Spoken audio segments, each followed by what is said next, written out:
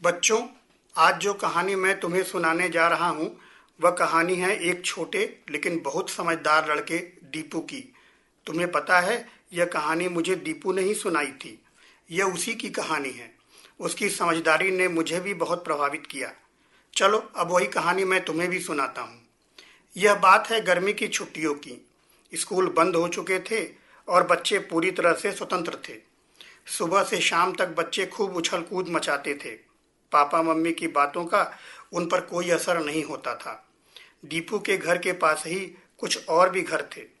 दीपू का घर बहुत बड़ा था। वहाँ खेलने के लिए जगह भी बहुत थी, इसलिए आसपास के बच्चे दीपू के यहाँ इकट्ठे हो जाते थे। उसके घर के ठीक पीछे एक बड़ा बागीचा भी था। उस बगीचे में तरह तरह के पेड़ लगे थे। आम के पेड़, जामुन के पेड़, अमरूद के पेड़। दिन के समय जब धूप तेज हो जाती थी तब सभी लोग अपने अपने घरों में दुबक जाते थे। लेकिन बच्चों की आंखों में नींद कहाँ। उन्हें तो इसी समय की प्रतीक्षा रहती थी। उनकी शैतानी का यही तो सबसे अच्छा समय होता था। कोई रोकने टोकने वाला नहीं होता था। दिन में जब मम्मी आराम कर रही होती तो दीपू धीरे से अपने घर का दरवाजा खोल देता था और फिर देखते ही देखते उसके आसपास के बच्चे उसके घर में इकट्ठा हो जाते थे। उसके बाद जो धमा चौकड़ी होती कि पूछो मत। कभी कभी तो तेज धूप होने के बाद भी बच्चे बगीचे में पहुंच जाते थे। वहां आम और जामुन के पेड़ उनके निशाने पर होते थे। बगीचे में एक प्रतियोगिता भी रखी जाती थी कि कौन कितने आम के टिकोरे तोड़ सकता है। टिकोरे समझते हो ना?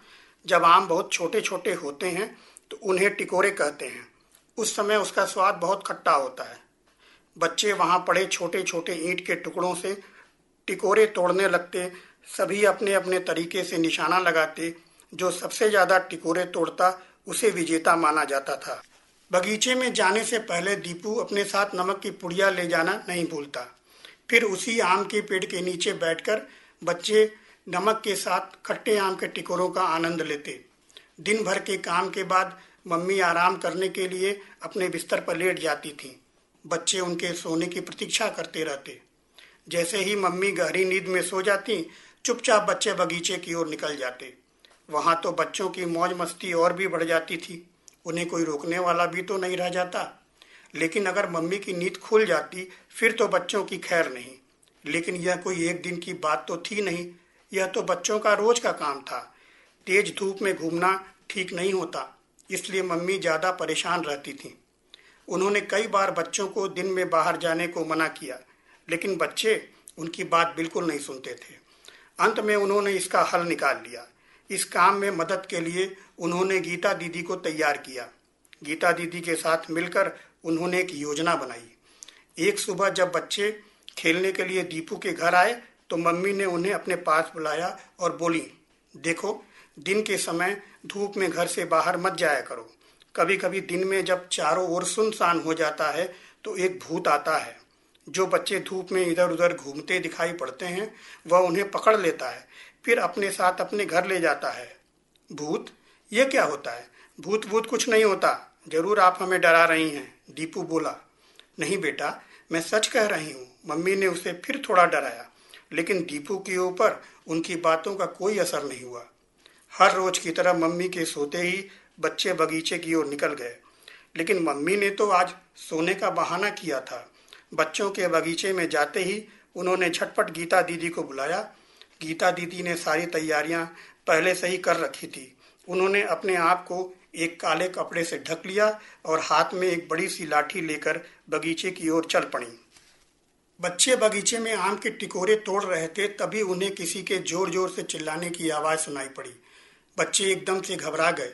दिन के सन्नाटे में ऐसी आवाज, उन्होंने तो ऐसा सोचा भी नहीं था।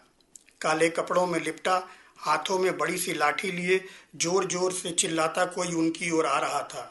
लगता है भूत आ गया, चलो भागो यहाँ से। दीपू बड़े जोर से चिल्लाकर भागा।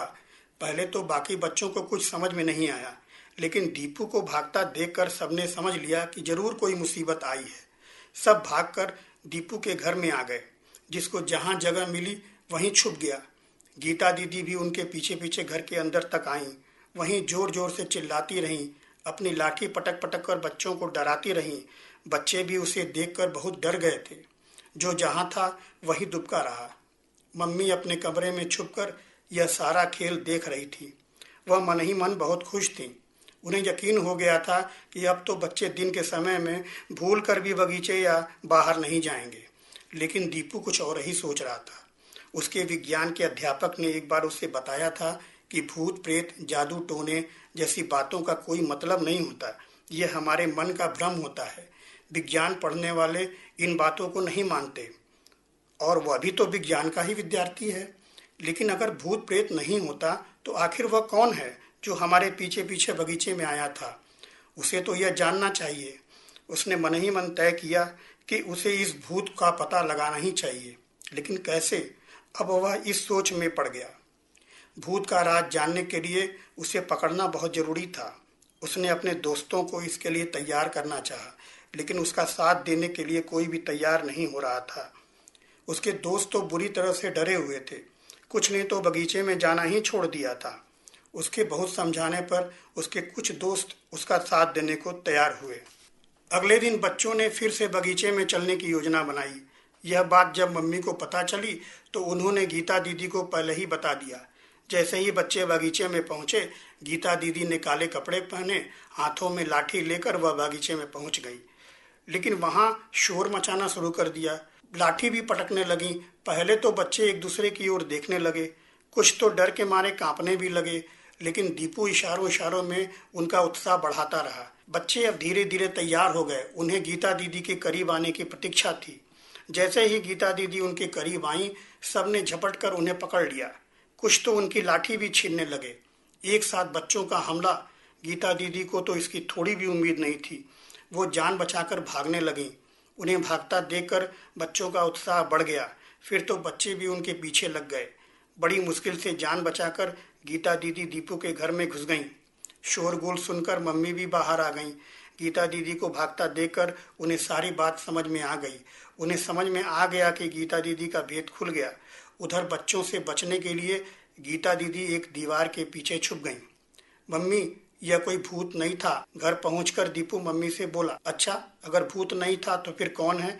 मुझे तो लगता है यह कोई भूत ही है। मम्मी अनजान बनने लगी, जैसे उन्हें कुछ पता ही न हो। मम्मी, यह भूत नहीं है, यह तो गीता दीदी है। दीपू बोला, अच्छा, तुम्हें कैसे पता कि यह गीता दीदी है? अब तो मम्मी को भी उसकी बात सुनकर आश्चर्य हुआ। कल शाम जब गीता दीदी आपसे मिलने आई थी तो उन्होंने जो चप्पल पहन रखी थी, आज वही चप्पल जब मैंने उनके पैरों में देखा तो मैं समझ गया कि यह गीता दीदी ही है और वे हमें डराने आई हैं, जिससे हम बगीचे में न जा सकें। दीपू बोला। अब गीता दीदी का भेद खुल गया था। उन्होंने अपने काले कपड़े उतार दिए, लाठी भी एक ओर रख दी। उन्हें देखकर बच्चे उन्हें चिढ़ाने लगे। दीपू भी हंसने लगा। फिर बोला, मैं जानता हूँ गीता दीदी, यह सब आपने मम्मी के कहने पर ही किया होगा। चलो कोई बात नहीं, लेकिन अब हम लोग आपसे और मम्मी से वादा करते हैं कि अब हम दिन में घर से बाहर या बगीचे में खेलने नहीं जाएंगे। उसकी बात सुनकर मम्मी हंस पड़ी। अब उनकी भी चिंता दूर हो गई।